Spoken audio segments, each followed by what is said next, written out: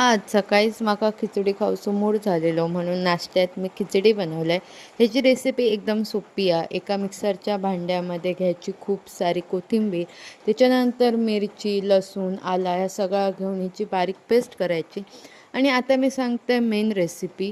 तर एका कुकरच्या भांड्यामध्ये तेल, त्याच्यानंतर जिरा, मोहरी, तुमच्याकडे कढीपत्ता असलो तर तुम्ही तो सुद्धा टाकू शकता। त्याच्यानंतर टोमॅटो आणि कांदो बारीक करून टाकायचो, ते का व्यवस्थित सॉफ्ट करून घ्यायचा। त्याच्यानंतर टाकायची आपण केलेली पेस्ट आणि सगळे होममेड मसाले, जसं की भाजको मसालो, मीठ, हळद आणि तुमच्याकडे बिर्याणी मसाला वगैरे असतात तर तुम्ही एक्स्ट्रा टाकू शकता। आणि सगळं व्यवस्थित मिक्स करून घ्यायचा।